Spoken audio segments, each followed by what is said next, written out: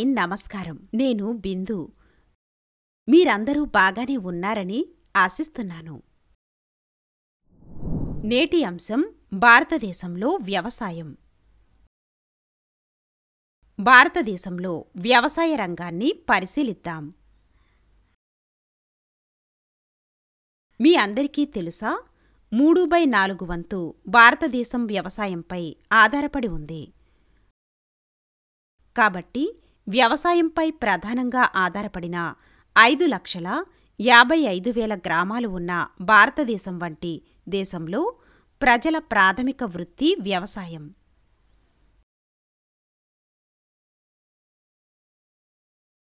డెబ్బై శాతం మంది ప్రజలు వ్యవసాయంపై ఆధారపడి జీవిస్తున్నారు. కాబట్టి ఇప్పుడు మనం భారతదేశంలోని వ్యవసాయ నమూనాను విశ్లేషించబోతున్నాం.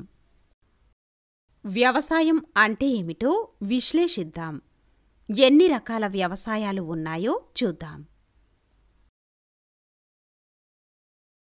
అభ్యాస ఫలితాలు. 1. భారతదేశంలో వ్యవసాయ రకాలలో 1 జీవనాధార వ్యవసాయం, 2 ఇంటెన్సివ్ మరియు విస్తారమైన వ్యవసాయం,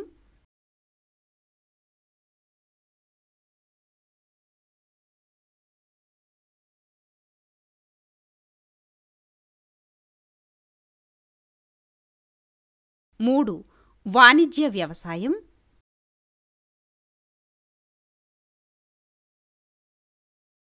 4 తోటల పెంపకం, 5 మిశ్రమ వ్యవసాయం, 2 పంటకాలం,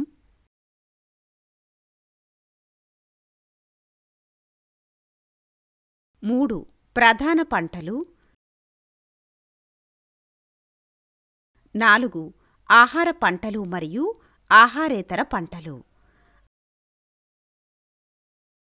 5 డ్రైల్యాండ్ వ్యవసాయం, 6 హరిత విప్లవం యొక్క ప్రభావాలు, 7 ఎరువుల సమస్య, 8 వ్యవసాయం యొక్క ప్రాముఖ్యత, 9 వ్యవసాయ ఉత్పత్తులలో విదేశీ వాణిజ్యం.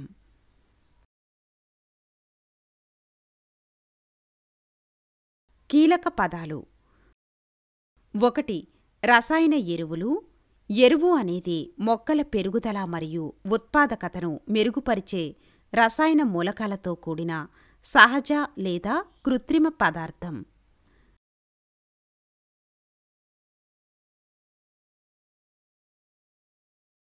2 హరిత విప్లవం. అధిక దిగుబడినిచ్చే రకాలను ప్రవేశపెట్టడం వల్ల ఆహార ధాన్యాల ఉత్పత్తి గణనీయంగా పెరిగింది.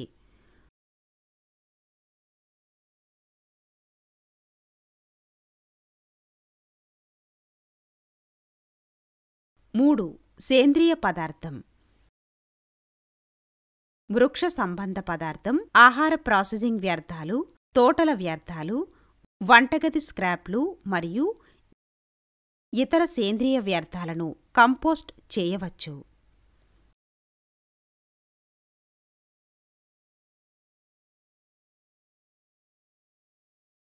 4 డ్రైల్యాండ్ వ్యవసాయం. పొడి నేల వ్యవసాయం అనేది వాతావరణ మార్పులపై ఆధారపడి ఉంటుంది, ముఖ్యంగా వర్షపాతం. 5 ఆధునిక వ్యవసాయ పద్ధతులు. ఆధునిక వ్యవసాయం అంటే వ్యవసాయ ఉత్పత్తిని పెంచడానికి ఆధునిక సాంకేతికతలు, పద్ధతులు మరియు విజ్ఞాన శాస్త్రాన్ని ఉపయోగించడం.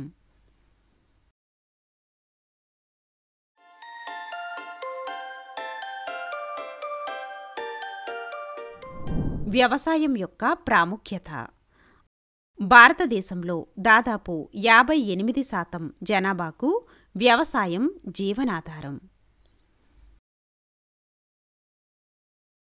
సూపర్ నాణ్యమైన ఆహార ధాన్యాలు మరియు ఇతర ఆహార పదార్థాలతో పెరుగుతున్న భారతదేశంలోని వ్యవసాయ రాష్ట్రాలు.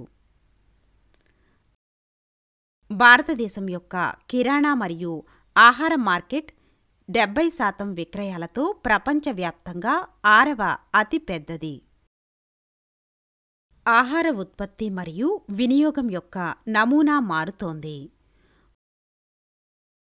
కొన్ని సంవత్సరాలుగా భారతదేశంలో జనాభా పెరుగుదల, ఆదాయంలో పెరుగుదల, గ్రామీణ లేదా పట్టణ వలసలు మరియు గ్రామీణ తలసరి ఉత్పాదకతలో పెరుగుదల నమోదు చేయబడ్డాయి.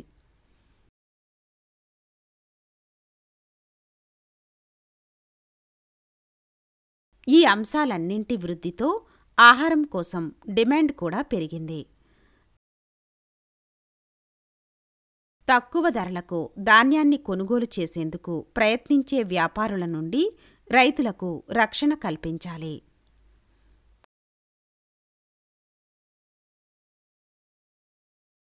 కనీస మద్దతు ధర ఎంఎస్పిని నిర్ణయించాలని ప్రభుత్వం నిర్ణయించింది.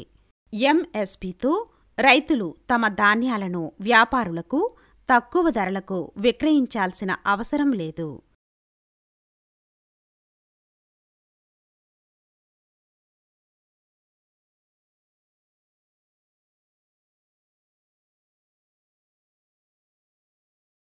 Food corporation of India FCI రైతుల నుండి ఆహార ధాన్యాలను కొనుగోలు చేయడానికి మరియు వాటిని నిల్వ చేయడానికి ప్రభుత్వంచే ఏర్పాటు చేయబడింది. మరియు రేషన్ దుకాణాలు మరియు ఇతర ప్రభుత్వ పథకాలకు ధాన్యాలను సరఫరా చేస్తుంది. వ్యవసాయం అనేది మన దేశంలో పురాతన ఆర్థిక కార్యకలాపం. సంవత్సరాలుగా భౌతిక వాతావరణం యొక్క లక్షణాలు మరియు సాంకేతిక మరియు సామాజిక సాంస్కృతిక పద్ధతులపై ఆధారపడి సాగు పద్ధతులు గణనీయంగా మారాయి.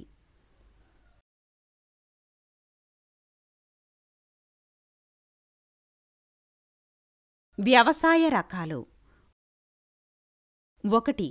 జీవనాధార వ్యవసాయం.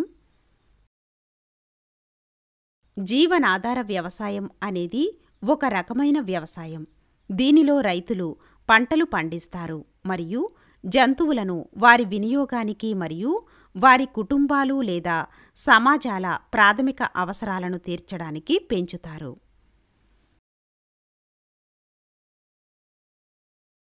2. Intensive farming. ఇంటెన్సివ్ ఫార్మింగ్ అనేది రసాయనాలు, యంత్రాలు మరియు కార్మికులను ఉపయోగించి తక్కువ భూమిలో ఎక్కువ ఆహారాన్ని పండించే మార్గం.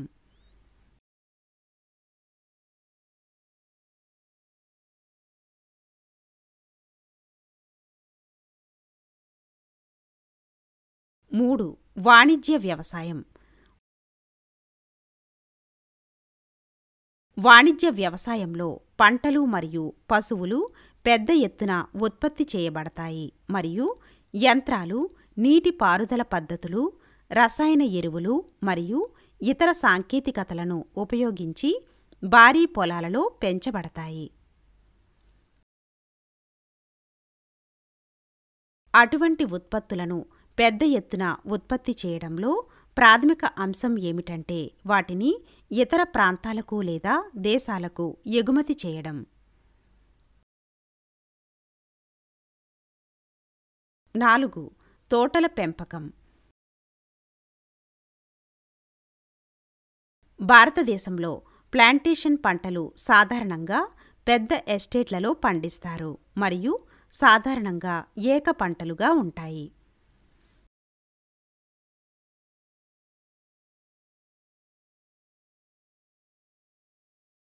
భారతదేశంలో పండించే అత్యంత సాధారణ తోటల పంటలలో టీ, కాఫీ, రబ్బరు, యాలకులు మరియు చెరకు ఉన్నాయి.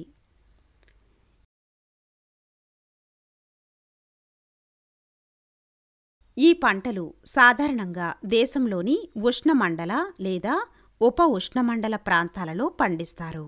ఇక్కడ వాతావరణం వాటి సాగుకు అనుకూలంగా ఉంటుంది.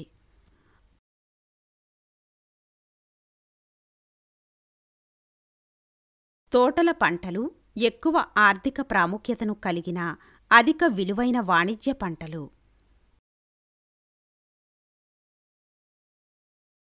మిశ్రమ వ్యవసాయం. మిశ్రమ వ్యవసాయం వ్యవస్థలో వ్యవసాయోత్పత్తి, పశువుల పెంపకం, పౌల్ట్రీ, చేపల పెంపకం, తేనెటీగల పెంపకం మరియు ఇతర కార్యకలాపాలు ఒకే పొలంలో సాధ్యమైనన్ని విధాలుగా రైతు అవసరాలకు మద్దతునిస్తాయి.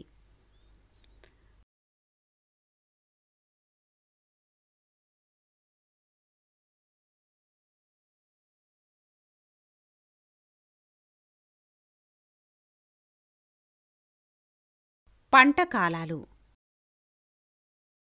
వ్యవసాయ పంటలు ఋతువులు మరియు సాగు కోసం నేల, నీరు మరియు సూర్యరశ్మి వంటి సహజ వనరులపై ఆధారపడి ఉంటాయి.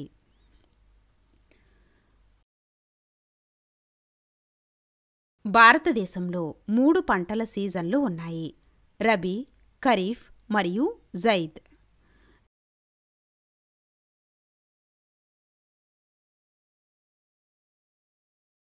రబీ పంటలను అక్టోబర్ నుండి డిసెంబర్ వరకు శీతాకాలంలో విత్తుతారు మరియు ఏప్రిల్ నుండి జూన్ వరకు వేసవిలో పండిస్తారు.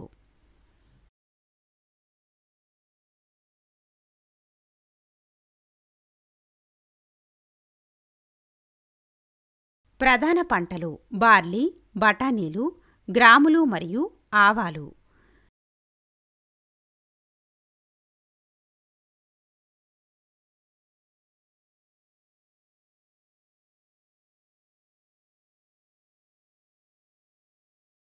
దేశంలోని వివిధ ప్రాంతాల్లో రుతుపవనాల ప్రారంభంతో ఖరీఫ్ పంటలు పండిస్తారు మరియు వీటిని సెప్టెంబర్ నుండి అక్టోబర్లో పండిస్తారు.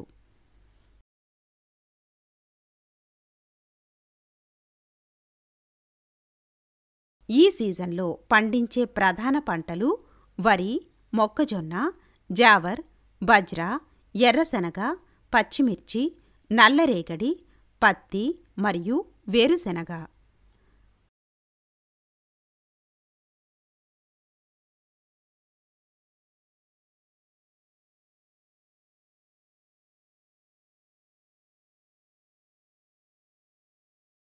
రబీ మరియు ఖరీఫ్ సీజన్ల మధ్య వేసవి నెలలలో జైద్ సీజన్ అని పిలువబడే తక్కువ సీజన్ ఉంటుంది.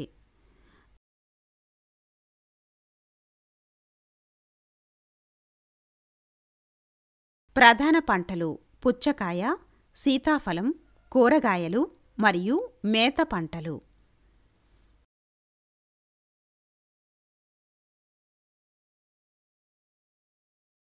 ప్రధాన పంటలు వరి. ఇది భారతదేశంలోని మెజారిటీ ప్రజల ప్రధాన ఆహార పంట. గోధుమ. ఇది ప్రపంచంలో 2వ అతి ముఖ్యమైన తృణధాన్యాల పంట. మిల్లెట్స్. భారతదేశంలో జొన్నలు, బజ్రా మరియు రాగి చాలా ముఖ్యమైనవి.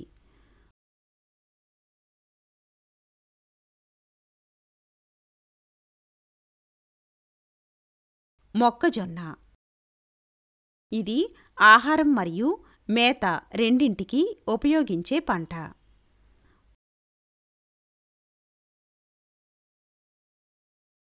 పప్పు ధాన్యాలు. భారతదేశం ప్రపంచంలోనే అతిపెద్ద పప్పు ధాన్యాల ఉత్పత్తిదారు మరియు వినియోగదారు. ఆహార పంటలు మరియు ఆహారేతర పంటలు.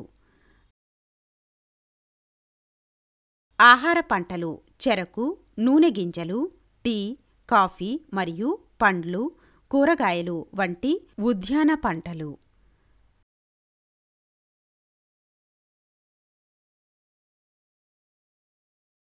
ఆహారేతర పంటలు రబ్బరు, ఫైబర్ పంటలు, పత్తి మరియు జనపనార.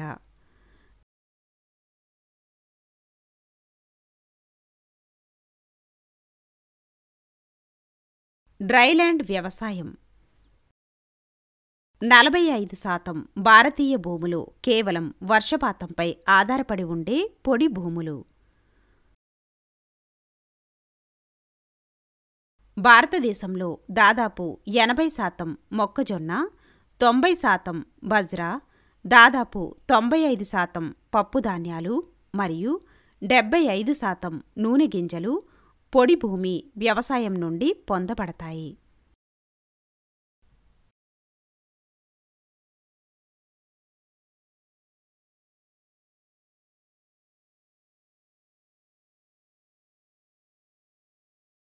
హరిత విప్లవం యొక్క ప్రభావాలు. ఆహార ఉత్పత్తిలో గణనీయమైన పెరుగుదల, ముఖ్యంగా గోధుమలు మరియు బియ్యం. ఇది ఆహార భద్రతను మెరుగుపరచడానికి మరియు ఆకలిని తగ్గించడానికి సహాయపడింది.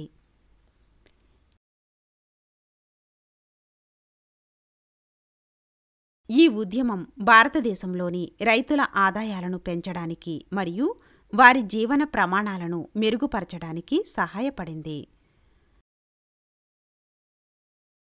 హరిత విప్లవం భారత ఆర్థిక వ్యవస్థను పెంపొందించడంలో సహాయపడింది. వ్యవసాయోత్పత్తి పెరగడం ఆర్థిక వృద్ధికి తోడ్పడింది.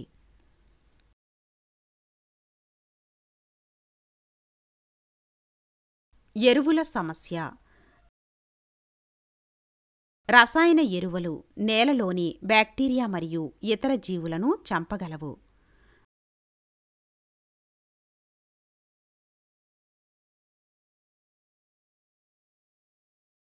అంటే కొన్నిసార్లు పదే పదే వాడితే నేల సారవంతంగా ఉండదు.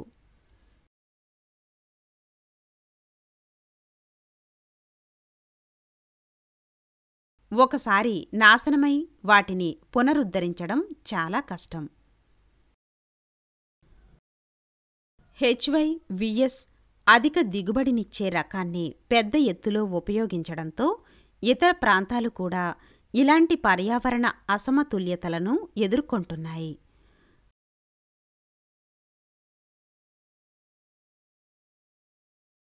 దుష్ప్రభావాలను అధిగమించడానికి భారతదేశంలోని రైతులు సేంద్రియ వంటి విభిన్న వ్యవసాయ పద్ధతులను అవలంబించాలి.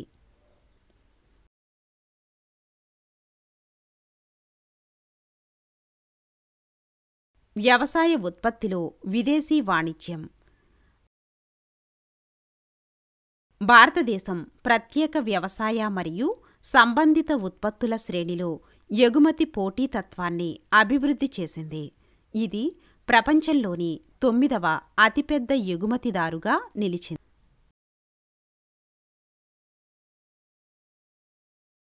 ప్రముఖ ఎగుమతులు కూరగాయలు, పండ్లు, చక్కెర మరియు బెల్లం కలిగి ఉంటాయి.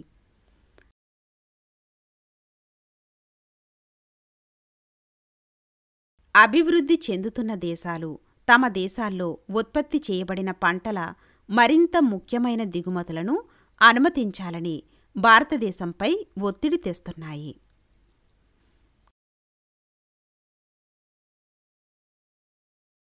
కొన్ని సంవత్సరాలలో రైతులు ఎగుమతుల ద్వారా లాభపడవచ్చు.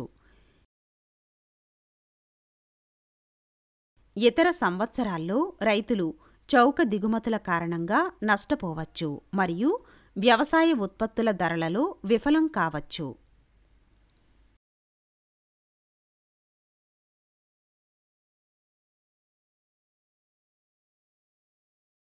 వ్యవసాయ ఉత్పత్తిలో వాణిజ్యాన్ని అనుమతించడంలో ప్రభుత్వం చాలా జాగ్రత్తగా ఉండాలి.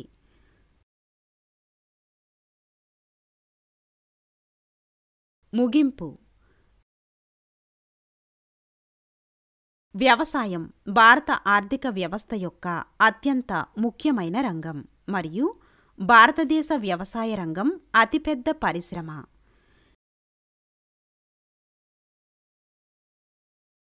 నిరంతరం మార్పులు మరియు పరిణామాలు జరగడం మరియు ప్రవేశపెట్టిన విధానాలతో అది పైకి మాత్రమే వెళ్తుంది.